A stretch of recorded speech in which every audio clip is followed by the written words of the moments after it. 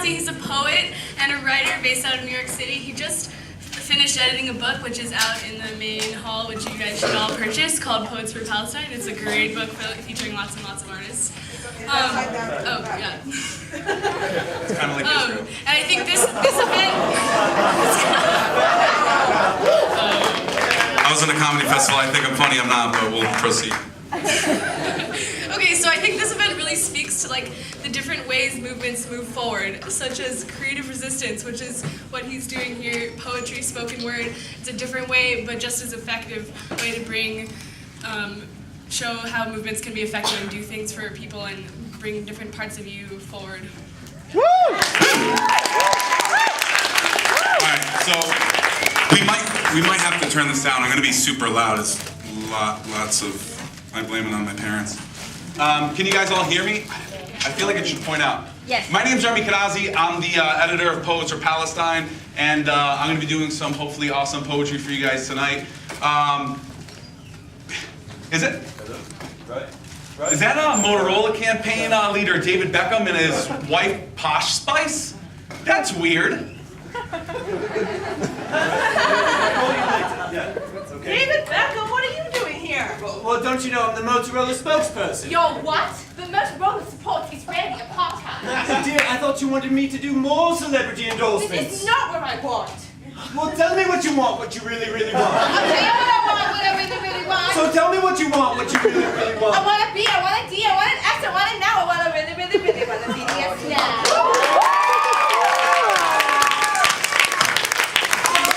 Features and pricing plans. My mother's making money, I'm stealing land. So don't go spending your precious dimes. Start here with the bun and you'll be just fine.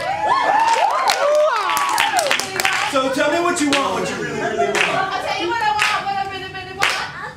Tell me what you want, what you really, really want. I want a B, I want a D, I want an S, I want a now, I want a really, really, really want a BDS now.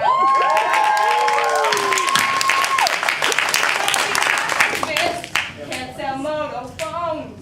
Moto's making money, protect and sell their homes. If you want to be my husband, can't sell moto lines. Moto is complicit, it's helping with war crimes. If you want to be my husband, can't sell moto lines. Moto is complicit, it's helping with war crimes. If you want to be my cell phone, you gotta stop apartheid. We can't wait for justice, cause Gaza's occupied. What would you think about that? Now you know how I feel. When you drop your whole cell phone, are you for real? Begin the boycott, give it a try. Motos kill children, so let's say goodbye. Tell me what you want, what you really, really want. I'll tell you what I want, what I really, really want. So tell me what you want, what you really, really want. I want a B, I want a D, I want an S, I want a now, I want a really, really, really want a BDS now. If you want to be my husband, you can't sell moto lines.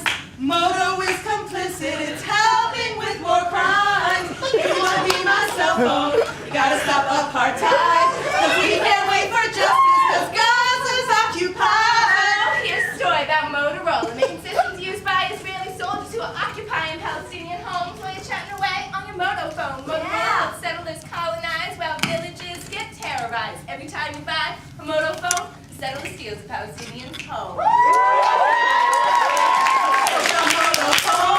Moto's making money, protecting settler homes. If you want to be my husband, you can't sell moto lines. Moto's complicit, helping with war crimes. Drop my motor line and free Palestine. Drop my line, free Palestine. Drop my line, free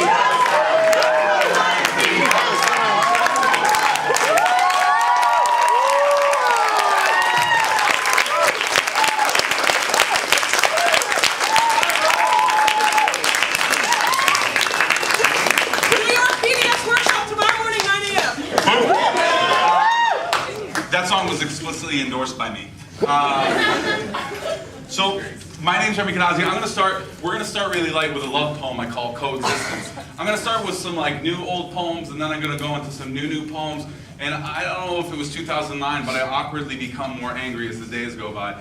So this coexistence, and I don't mean, I hope there's no little children in the audience, I tend to swear a lot. I don't mean like coexistence in the bullshit CNN term where it's like, hey, if Palestinians come to the table and give us 101 of their demands, then maybe we'll give you 3% of historic Palestine in like 2098.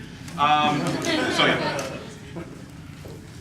I don't want to coexist. Not like good guys and bad guys and true lies and propaganda. Put on black faces, cab drivers or deli owners in your racist comedies. Not bomb your Dunkin' Donuts with my keffiyeh, fist pound Fox News, or let you steal my food and call it Israeli salad. I won't mess with a Zohan, or let them turn the rocks of Palestinian children into balloon animals, while Israeli soldiers snipe our children's heads, shoulders, knees, and stomachs. Hollywood snipes ears of young ones with lovable tales of blue and white heroes. I'm not looking for your approval, not a token roll or job on my knees scrubbing toilets in Israel's Congress. I'd rather fight with blacks and Latinos against oppression than concede to a mainstream plantation that sees me as other unless I'm checking a college application. I don't believe in the tooth fairy or 2,000 claims of homes you supposedly deserved when people resurrected and walked on water. I'll exist in a world that fights against racism like Martin and Malcolm, bleeds ghetto tales of Stephen Biko as a song that never dies no matter what apartheid makes of our bodies, feeds mouths in Belfast streets and resurrects Bobby Sands' message so that we'll never be hungry again.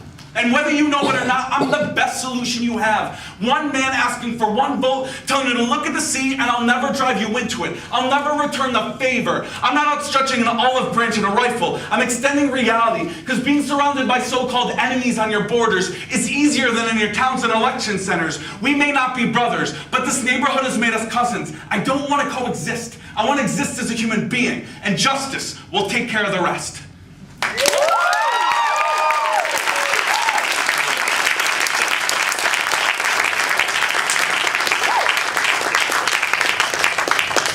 Off with a more loving piece. I don't even know how my set list is going to go. I'm going to do like 90 minutes? No. I saw that I have a 90-minute time slot, and you will want to boycott and divest from me if I read angry and happy and sad poetry for 90 minutes. Including, I think I'd boycott myself.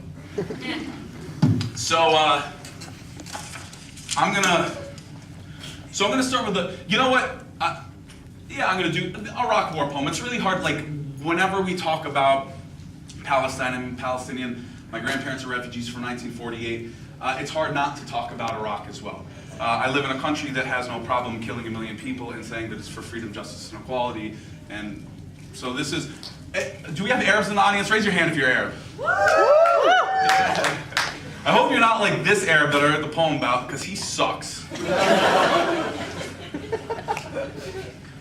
Iraq has a $79 billion surplus. We spend more than $1 trillion on this war. More than 4,000 of our troops have died. God knows how many are coming back limbless. Others with post-traumatic stress disorder. This is not making us safer. This is not within our interests. This is what he says to me. An Arab American, an American Arab, an American who happens to be Arab. I look back at him. I'm not some mainstream CNN producer, and 3 Iraqis have died since our conversation started. I'm not an American. I'm a human being. I don't write poems about Kevlar vests, USO tours, and don't get me wrong, I support the troops. The ones in Iraq, Palestine, Afghanistan, Northern Ireland, South Africa, and Birmingham, and none of their bullets fit in guns. They've written poetry, music, and literature an oppressor could never dream of. I do. I feel bad that I can't afford my second iPhone, but I've yet to hear you utter that more than 1 million Iraqis have been slaughtered in this war, that their $79 billion surplus can't get them electricity or stability, that the surge has failed, Baghdad has been cleansed of Sunnis, and more than 5 million have been made refugees. I'm sorry that you can't afford your cross-country road trip because gas costs too much money and the US dollar can't get you past Go and Monopoly. We wrap ourselves around 50 stars and lapel pins while civilians in occupied nations die because of our policy. And if that makes me anti-American, hood me, rip me from my home, and waterboard me in a Guantanamo prison, I'm not looking for the American dream or your silly notion of exceptionalism. You think because you love a fucking country, it excuses jingoism.